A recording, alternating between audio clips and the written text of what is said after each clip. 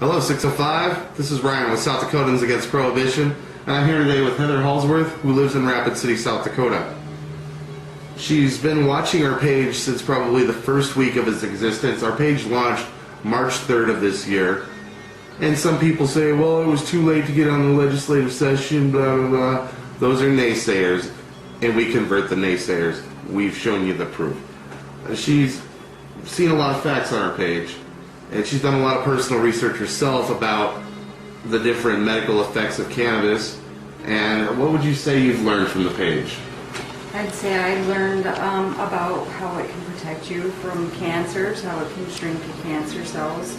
I know I never knew about seizures. I didn't know that. I watched the documentary off of your guys' page about Charlotte's Web, I think it was. I had no clue what, I think it was CBD, wasn't it? Yeah. How that has a very low THC in it. So it's not going to get you high. Yeah. It's going to fix the issues with your brain tissue. The reason cannabis will stay in your system for up to 30 days after ingesting it is because it's fat soluble. It attaches to fat. What is your brain made out of primarily? Fatty tissue. It is truly the greatest medication for a brain disorder like epilepsy. And the studies are there. I'm not a doctor. I let the doctors make the documentaries. I just watch them to educate myself, and I share them with my community so that everyone gets the same information, so that everyone can make the same educated decision about, do we legalize or do we let it just sit the way it is? And right now we are really lobbying for the medical argument, because there are so many cases of health issues in South Dakota that can be fixed with cannabis. The statistics are undeniable. With things like epilepsy, 320-something kids will die in South Dakota this year from a grand mal seizure. If you're not familiar with a grand mal seizure, I have not personally had one, but I've been told it's the equivalent of holding a taser gun to your neck for about 20 minutes. Most people can't deal with that for more than 2 or 3 seconds. Imagine an 18-year-old boy who's been doing that taser treatment to himself without the taser gun, 20 minutes every time it happens, sometimes 5 times a day. Scary. By the time you're done with a 20-minute seizure, your brain is melted and your eyes are rolled in the back of your head. And I'm not trying to make fun of anybody by making that face. The true thing is, it's an electrical storm in your brain. And the more seizures you have, the more brain damage you have. So our argument has been, if you could put a substance on the market medically that would prevent brain damage in children, why would you keep it on an illegal Schedule 1, no medical value list? It's just an argument we have, and it's on this page, because we are going to get this thing legalized. November 2nd, you will see a ballot, and it's a popular vote ballot, which means the legislature doesn't even have to touch it. None of your elected officials have to touch it. It's a public record thing that in the ballot with the U.S. Senate, the state level Senate, your mayor, everything you would vote for at the polls, if there's going to be measure whatever the number happens to be. We haven't filed the paperwork yet. I say yet. It will happen. I guarantee you that. If a popular vote shows that the population of South Dakota finds this to be beneficial to the population, the law will change. And we have totally backdoored the system. Nobody knows about this, and the reason it's failed in the past has been because they don't tell you it's on the ballot, or if they do, they mention it one time in a really obscure news article on the last page of the newspaper, and then it pops up that it didn't pass. Yay, victory for the war on drugs. We kept marijuana out of South Dakota one more time. It's bullshit. It really is. And this is one of almost 2,000 people across the state who have hit that like button and checked out the documentaries. Now, I see you have a wheelchair. Yes. Would you like to tell us how you came to be in the wheelchair? When I was 10 years old, I was staying with some friends, and we were hanging out in an opposite room, and this family lived outside of Wyoming. And You know, in Wyoming, they're cowboys. They have guns and all sorts of Spent stuff. quite a bit of time in Wyoming. Yeah. So we were playing, and the little boy got into the closet that was supposed to be locked with the ammunition and bullets and guns and all that, you know. And he comes out, and he decided to put a bullet in and basically Russian roulette. And at first, he was pointing the gun at his sister, and he was pulling the trigger. Well, he turns around, he pulls the trigger at me, and I told him, I said, I'm going to go tell. He pulled the trigger 2 more times, and the bullet came out. Hit me instantly in the chest, went through, punctured my lung, which really made it hard to breathe. I instantly fell to the floor, could not feel my legs, didn't know what was going on. It was the scariest moment of my life. And that was that. It was the end. I couldn't walk anymore. And really, they didn't even tell me right away until, I'd say, a week after the accident that I pretty much was never going to walk again. My nerves are completely blown apart away from my spinal cord in a certain area. And as a victim of a gun situation, what are your view on Second Amendment rights? I just say to each their own. I just say that you should, if you're going to own a gun, you should know proper gun control. You should keep it locked up safe. I mean, if you have children, God forbid something like that happened to somebody else's children, I mean, I would feel for somebody else's children if that had happened. I personally am not against guns. I just don't prefer to have them in my home because I have 2 little boys. And I don't want to see that for my kids because personally I don't know gun control. I know how to lock something up, but can I say that that's going to keep my 2 little, you know, boys that are adventurous and spontaneous? Is that going to keep them away from that gun, you know? Probably not. Any mother could tell you, boys will be boys, and boys are rambunctious. Mm-hmm. Yes, I know that.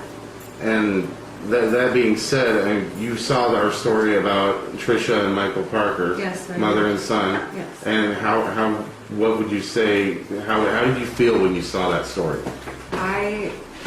It broke my heart. I cried. It's sad.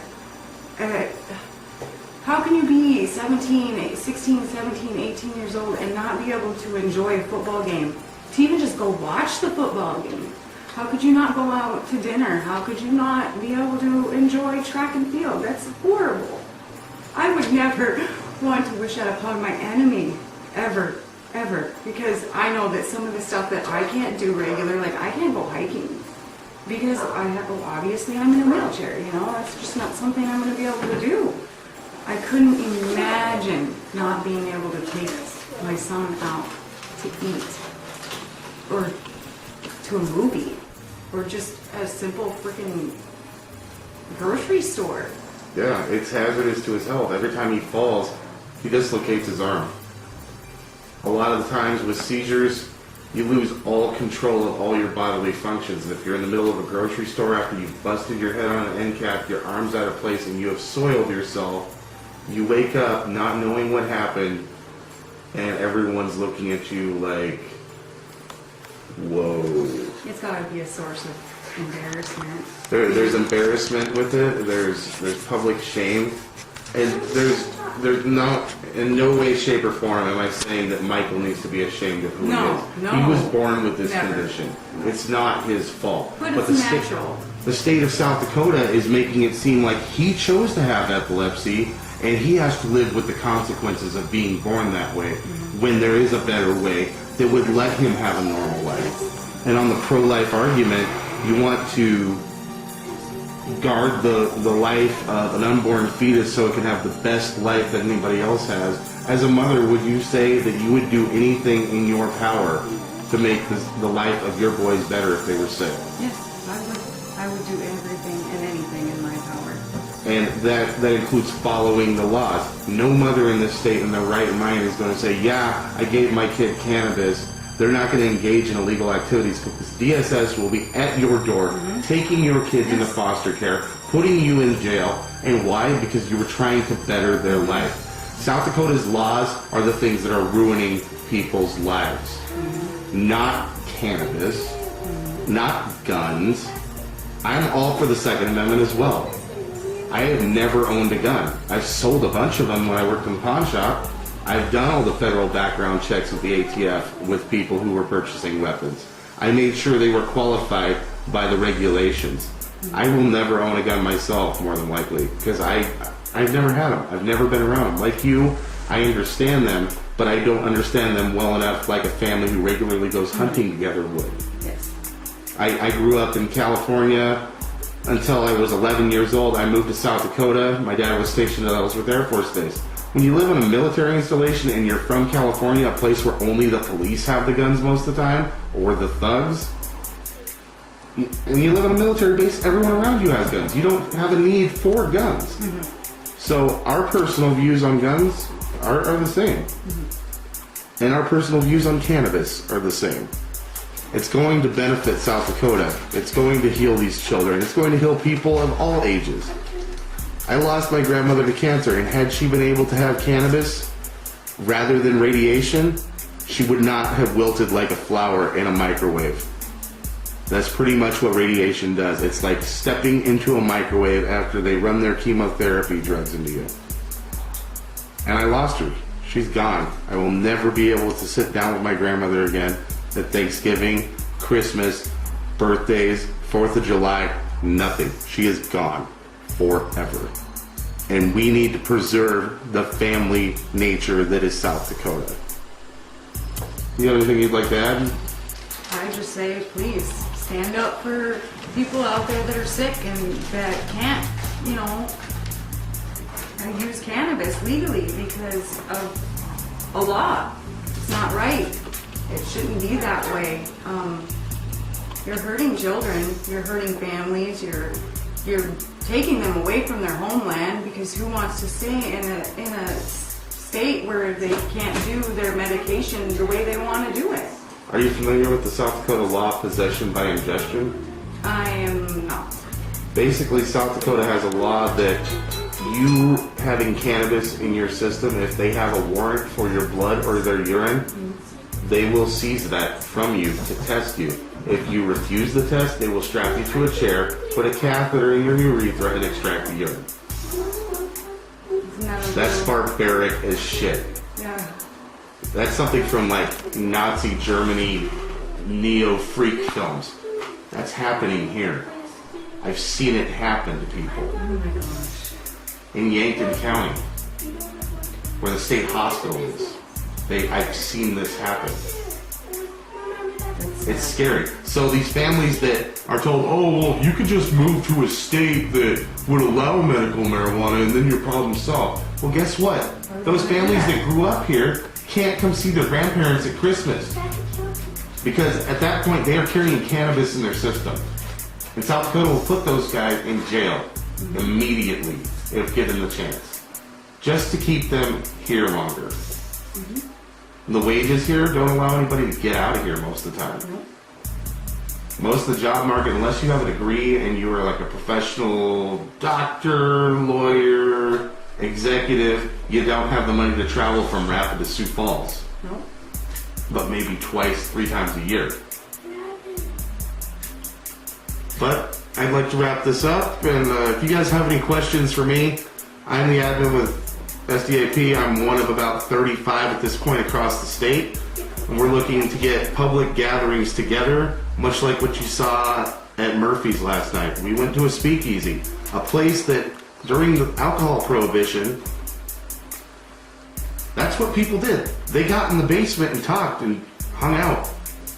There was no cannabis at this party. I swear on my fingers as a guitar player. You can cut them off with a bolt cutter. There was no illegal activity. Everyone there was 21 and up, and we had 2 or 3 drinks apiece and had a lot of good conversations, and we planned a lot of things. And we're not doing anything illegal. We're just trying to change our own backyard before we could change the world. This is Ryan with South Dakotans Against Prohibition, signing out.